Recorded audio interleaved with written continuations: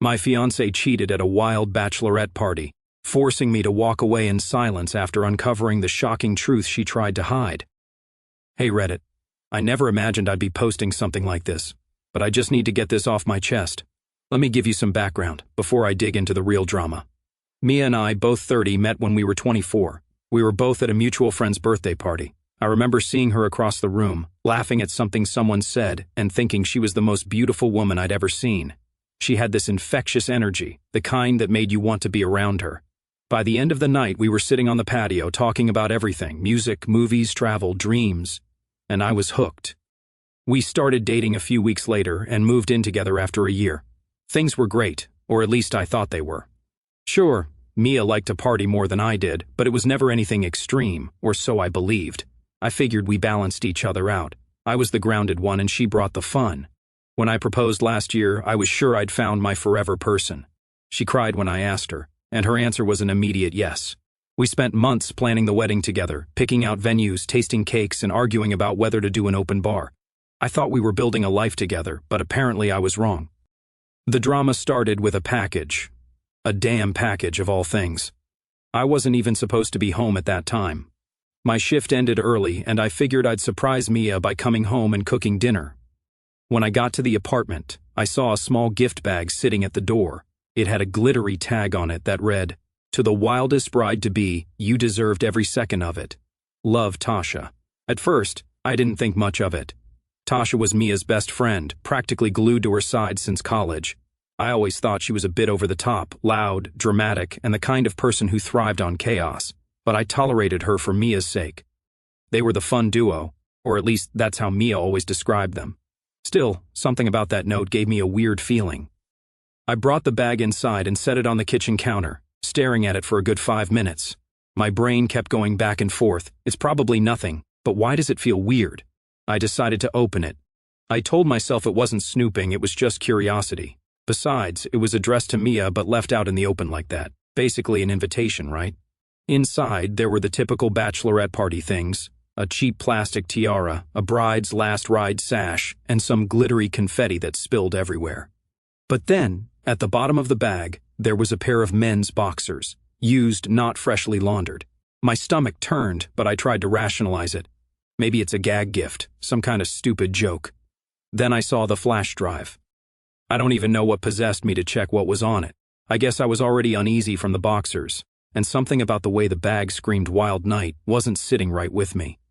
I plugged it into my laptop and opened the only file on it. The video started off innocently enough.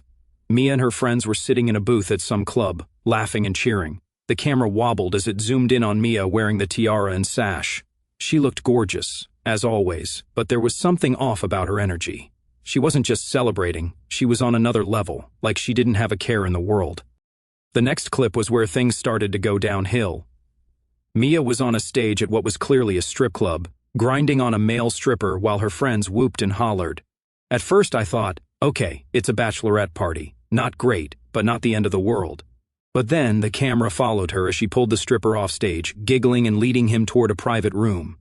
I paused the video. My heart was racing. I told myself not to overreact. Maybe it was just for show, right? Maybe she went in there, had a laugh, and walked out. But I knew better. Deep down, I already knew.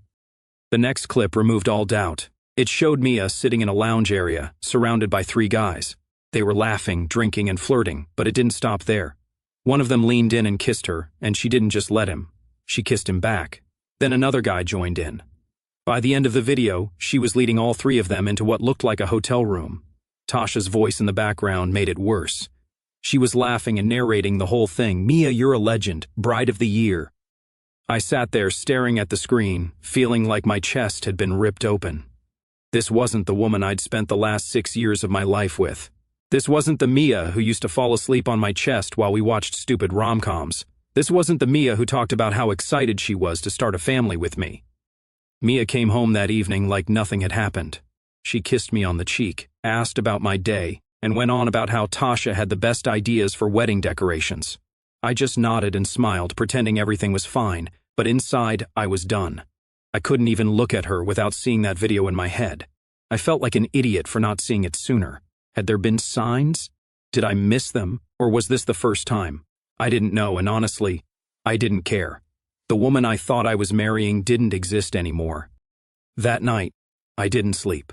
I lay awake staring at the ceiling, replaying the video over and over in my mind. Every laugh, every kiss, every touch felt like a dagger.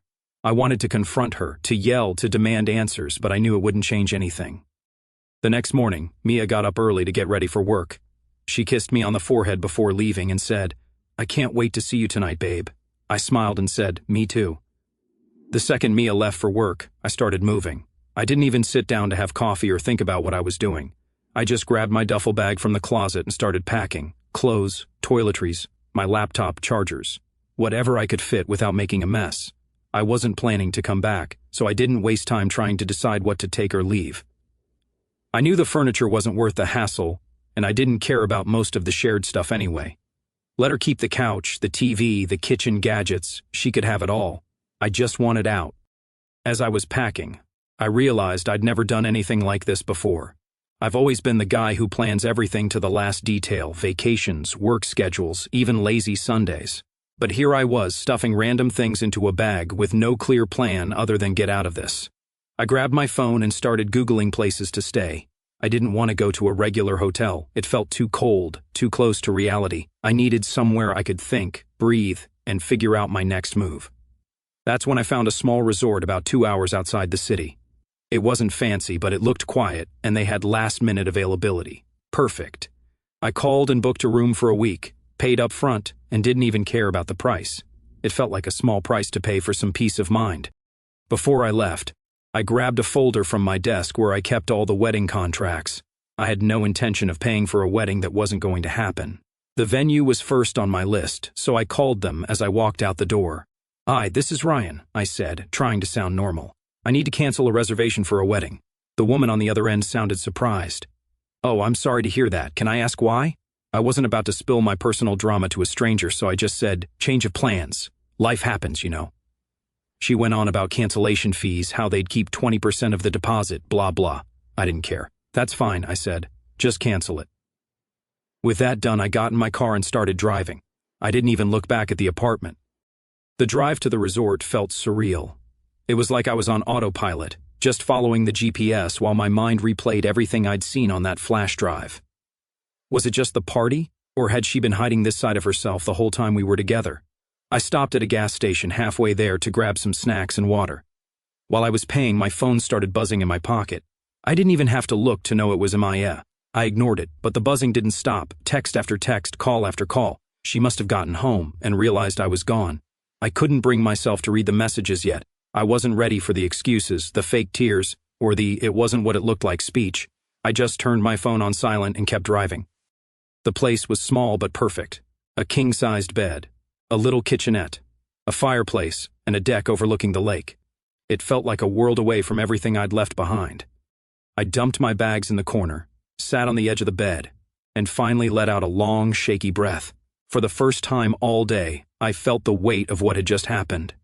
This wasn't just a fight or a breakup. I'd left behind my fiancée, my home, and the life I thought I was building. I spent the rest of the day unpacking, but it felt weird to see my stuff in this unfamiliar space. I kept expecting Mia to call out from the other room, or ask me what I wanted for dinner. Every little sound made me jump, like she was going to walk in at any moment.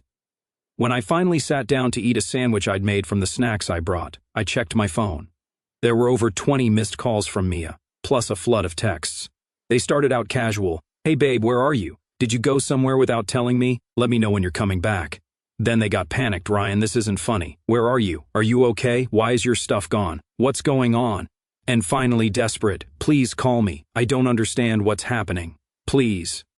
I didn't respond. Instead, I called my parents. My parents are the kind of people who don't pry unless they absolutely have to. When I told them I'd left Mia and the wedding was off, my mom just said, "Okay, sweetie, do you want to tell us what happened?" I kept it vague. "She wasn't who I thought she was," I said. My dad chimed in. "Good for you, son. Better to find out now than later." They didn't press me for details, which I appreciated. I told them I was staying at a resort for a bit to clear my head, and they said they'd support me no matter what. That first night at the cabin was strange. I kept expecting Mia to barge in, demand answers, or somehow convince me to come back. I thought about how much time and effort I'd put into our relationship, planning dates, saving for the wedding, compromising on things like her obsession with Tasha. And for what? For her to throw it all away in one night of partying? By the time I went to bed, I'd made up my mind. I wasn't going back, not for her tears, her apologies, or her promises. This was the end, and I was okay with that. One thing kept bothering me, Tasha. She wasn't just some innocent bystander in all this. If anything, she was the ringleader. That video wasn't just a candid recording of the night. It felt like a trophy, something she was proud to show off. And that damn note on the package, you deserved every second of it. It was practically a confession. Tasha always rubbed me the wrong way. When Mia and I started dating, Tasha was one of the first people I met in her circle. She was loud, constantly making sarcastic jokes, and always had to be the center of attention. Mia thought she was hilarious and fun, but I thought she was obnoxious. Over the years, I learned to tolerate her because she and Mia were so close, but I never trusted her. Looking back, there were red flags. Tasha would constantly push Mia to go out, even when we had plans. There were times when Mia came home drunk at 2 a.m., with Tasha giggling in the background, shouting, "Sorry for stealing your girl, Ryan." I used to laugh it off, but now it didn't feel so funny. At the resort, I decided to confront her. Not Mia, not yet. I wanted answers from the person who encouraged this whole mess. I didn't want to call Tasha directly, so I used a burner number app to text her something vague but baiting. "Hey, it's Ryan. We need to talk about Mia. Meet me at the coffee shop on 7th tomorrow at noon." She responded within 5 minutes. "WTF? Are you okay? Is Mia okay? What's this about?" I didn't reply. The next day, I drove back to the city, parked a few blocks from the coffee shop, and waited. Sure enough, Tasha walked in right on time, looking as smug as ever. She was wearing her usual over-the-top outfit, a bright pink blazer, heels that looked impossible to walk in, and sunglasses indoors. Classic Tasha. I walked in a few minutes later and sat down across from her. She looked surprised to see me, but then smiled. "Ryan, you scared me with that text. What's going on?" I didn't waste any time. "Cut the crap, Tasha. I know about the bachelorette party." Her smile froze. What do you mean?" I leaned forward, keeping my voice low. "I mean the flash drive, the videos, the package you left on the doorstep. I know everything." She stared at me for a moment, then laughed nervously. "Oh, come on, Ryan. It's just bachelorette party stuff. You're not seriously upset about that, are you?" "Upset?" I said, leaning back in my chair. "That's an understatement. What kind of best friend encourages someone to cheat on their fiancé and then sends them a highlight reel?" Her face turned red. "It wasn't like that," she said quickly. "It was just a fun night. No harm, no foul." I pulled my phone out of my pocket and opened the screenshots I'd saved. I slid it across the table, showing her the messages she'd sent Mia, bride of the year. "You own that stage, girl. Don't feel guilty. It's your last chance to be free." Her eyes widened, and she tried to push the phone back toward me. "Ryan, you're taking this way too seriously. It's just tradition, you know. Every bride deserves one wild night." "Tradition?" I said, my voice rising slightly. "Is that what you call it? Because to me, it looks like you were egging her on the whole time." Tasha sighed and leaned back in her chair, crossing her arms. "Look, I didn't force her to do anything, okay? She's a grown woman. She made her own choices." "And you were right there cheering her on," I shot back. "You were supposed to have her back, Tasha. Instead, you helped her throw away everything we built together." She rolled her eyes. "Oh, please. It's not like she doesn't love you. It was just a one-night thing. You guys can move past this." That set me off. I slammed my hand on the table, making her jump. "Move past this? You think I can just forget about her sleeping with 3 guys because you call it a one-night thing? You're unbelievable." She looked around nervously, probably worried about the other customers staring. "Okay, fine," she said, lowering her voice. "I'm sorry. Sorry if it got out of hand. But honestly, Ryan, this is between you and Mia. Don't drag me into it."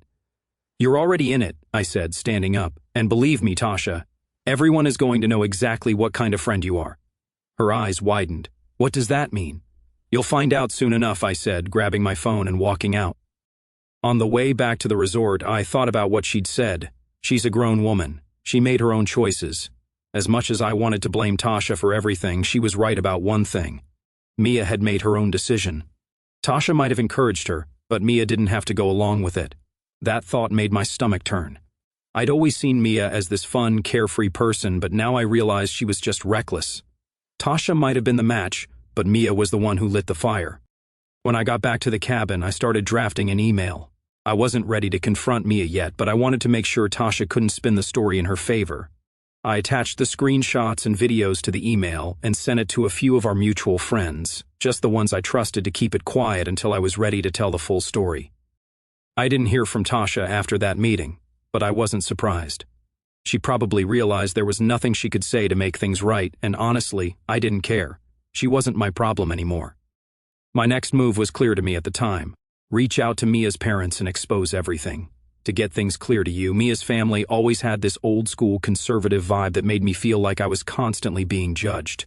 When we moved in together, 3 years ago, her mom, Janet, acted like we were running some kind of underground scandal.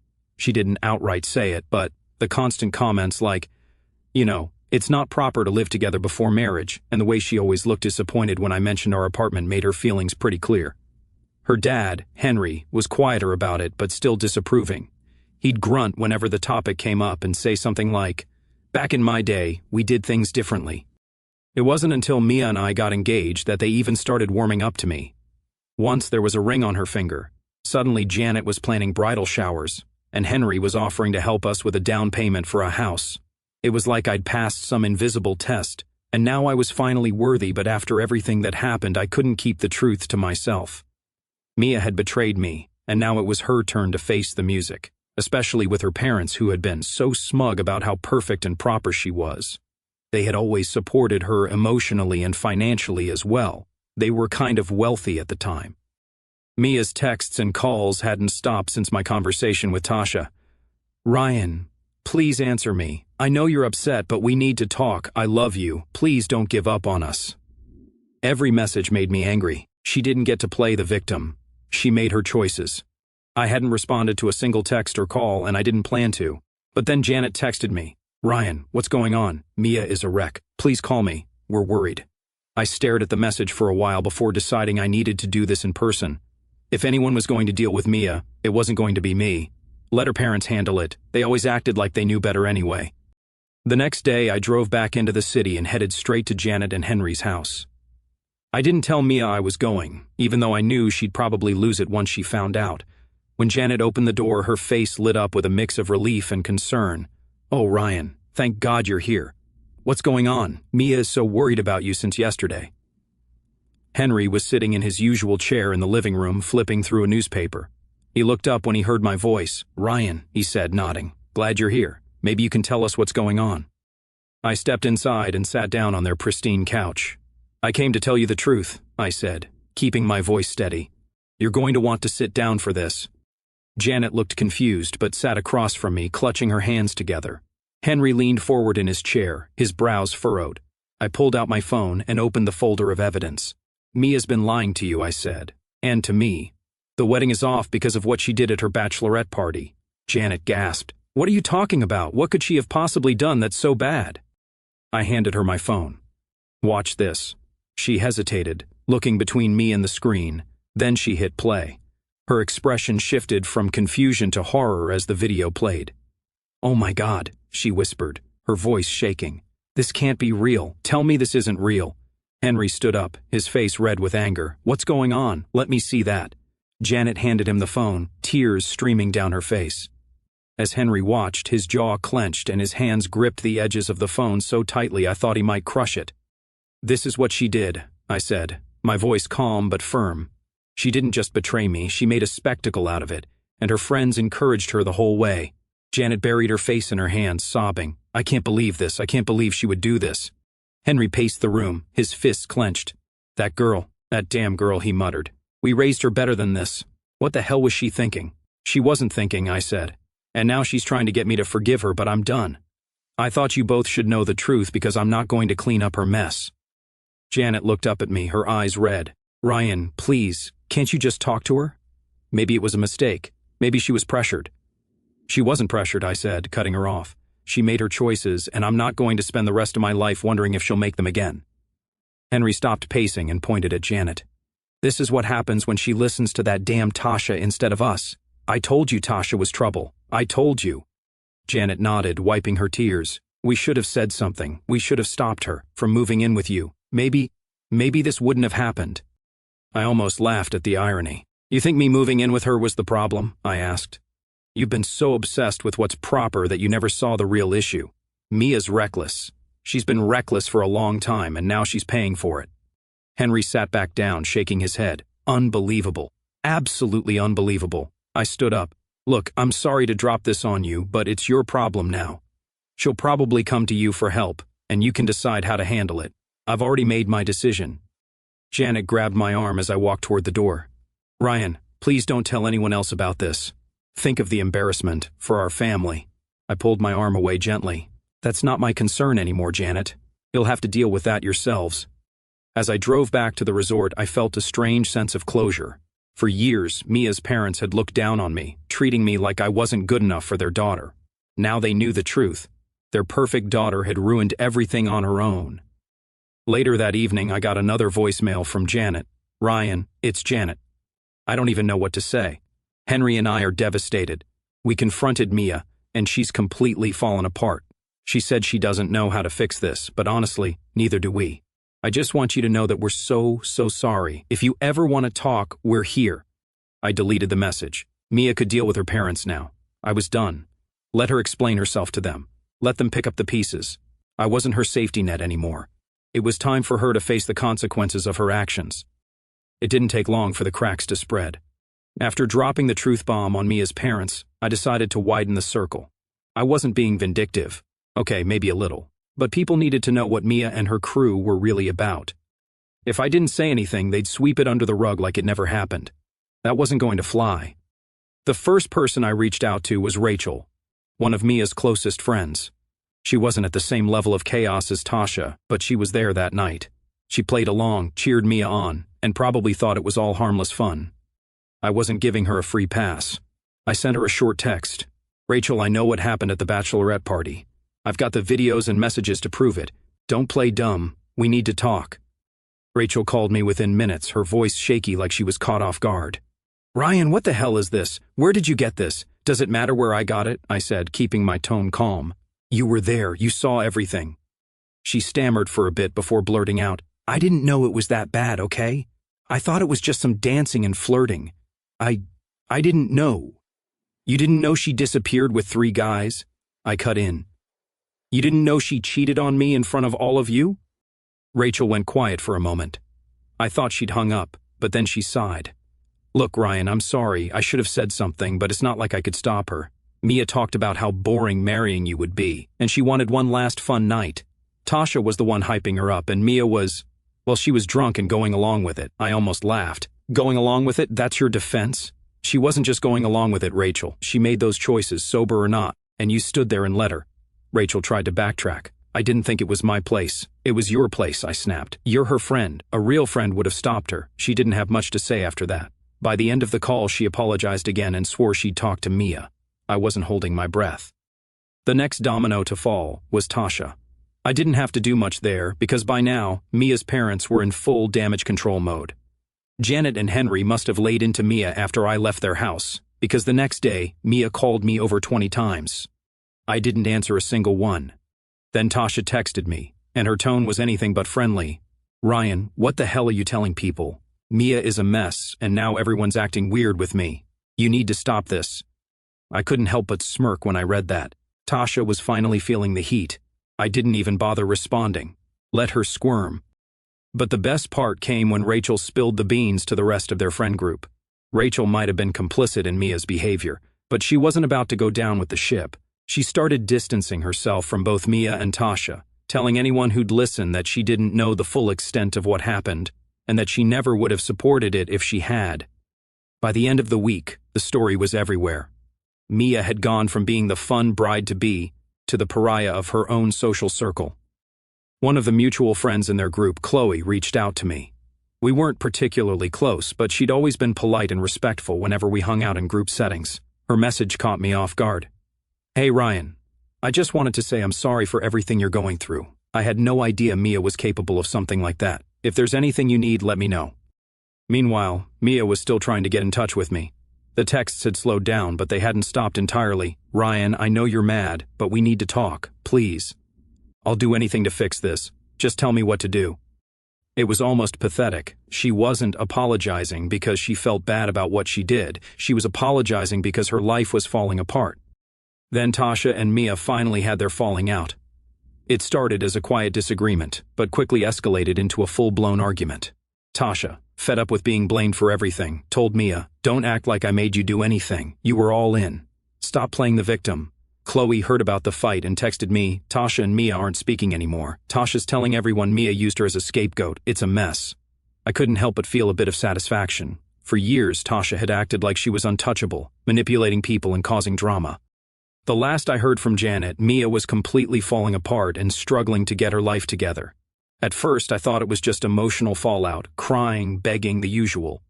But as the days passed, I started hearing bits and pieces from mutual acquaintances about how bad things had really gotten for her. Apparently, Mia's parents, Janet and Henry, had reached their breaking point after our conversation. I knew they were angry, but I didn't expect them to go as far as they did. From what I heard, Janet tried to talk some sense into Mia after I exposed everything. Mia's response? She blamed me. She said I overreacted, that I should have been more understanding, and that it wasn't fair for me to ruin her life over one mistake. That didn't sit well with Janet and Henry. They'd always been about appearances, and having their daughter's dirty laundry aired out to their friends and extended family was their worst nightmare. When they realized Mia wasn't taking responsibility for anything, they kicked her out of the house. It wasn't just a threat either. They packed up her stuff, left it on the porch, and told her not to come back until she figured out how to take accountability for her actions. Knowing Janet, she probably threw in something like, "You're an embarrassment to this family." Mia tried to stay with Tasha, but that didn't go well either. After their blowout fight, Tasha wasn't exactly eager to let her crash on the couch. Tasha made it clear she didn't want to be involved in the mess anymore, and letting Mia stay with her would only make things worse. Chloe told me Mia had reached out to a few other friends, but most of them had already distanced themselves. Rachel ignored her calls, and the others didn't want to risk being caught in the crossfire. By the end of the week, Mia was basically couch surfing wherever she could find a temporary place to stay. The financial fallout hit her even harder. Mia had a cushy office job at a company her dad had helped her get into. Henry pulled some strings to get her in the door, and she'd been coasting ever since. But after her parents kicked her out, Henry made it clear he wasn't going to protect her anymore. From what I heard, Mia's manager wasn't thrilled with her work ethic to begin with. She'd already been warned about showing up late and slacking off on projects. Once her personal drama started leaking into the workplace, thanks to whispers from mutual acquaintances, the company decided she wasn't worth the trouble. She was let go under the guise of downsizing. I'll admit, when Chloe told me about Mia losing her job, I felt a little vindicated, not because I wanted her to suffer, but because it was another example of her actions catching up with her. For years, she'd coasted through life, relying on other people to clean up her messes. Now she had no safety net. I heard through the grapevine that Mia tried to reach out to Janet and Henry again after losing her job. She showed up at their house crying and begging to come back, saying she didn't have anywhere else to go. But they didn't cave. By this point, Mia was completely out of options. She didn't have a job, a place to stay, or any friends willing to help her. The texts and calls from her were getting more desperate. "Ryan, please talk to me. I have no one else. I'm sorry for everything. I lost my job, my home, everything. I know I messed up. Please give me another chance. I'll do anything to fix this. Just tell me what you want." I didn't respond to any of them. I wasn't about to let her guilt me into giving her another chance. She'd made her choices, and now she was living with the consequences. One of our mutual friends, Eric, gave me an update about a week later. Apparently Mia had reached out to him, hoping he'd let her stay with him for a while. Eric, being the no-nonsense guy he is, shut her down immediately. "She's in a bad way, man," he told me. "She was crying on the phone, saying she didn't know what to do. But I told her straight up, this isn't my problem." Eric wasn't being heartless. He just wasn't about to let her manipulate him the way she'd tried to manipulate me. Eventually, Chloe told me Mia ended up renting a room in a rundown apartment on the other side of town. She used the last of her savings to pay for the first month's rent, but beyond that, she was scrambling to make ends meet. She picked up a part-time gig at a coffee shop, but it wasn't enough to cover her expenses. "She's barely hanging on," Chloe said. "I don't think she's ever been this low." The part that surprised me the most was how quickly everyone turned their backs on her. For years, Mia had been the center of her friend group, the one who always planned the parties and brought people together. But now that she was the one in trouble, no one wanted to help her. Tasha washed her hands of Mia entirely, saying, "She's not my responsibility anymore." Rachel cut ties completely, saying she couldn't deal with the drama. Even Chloe, who had tried to stay neutral, eventually stopped talking to her. Mia had burned every bridge she had, and now she was stuck trying to rebuild her life from scratch. I'd be lying if I said I didn't feel a little satisfaction watching her unravel, not because I wanted her to suffer, but because it proved a point: actions have consequences. Mia had spent years relying on other people to bail her out, but now she was finally facing the reality of her choices. As for me, I was moving on. Every day felt like a step closer to leaving all the drama behind. Mia was on her own now, and honestly, that's exactly where she needed to be.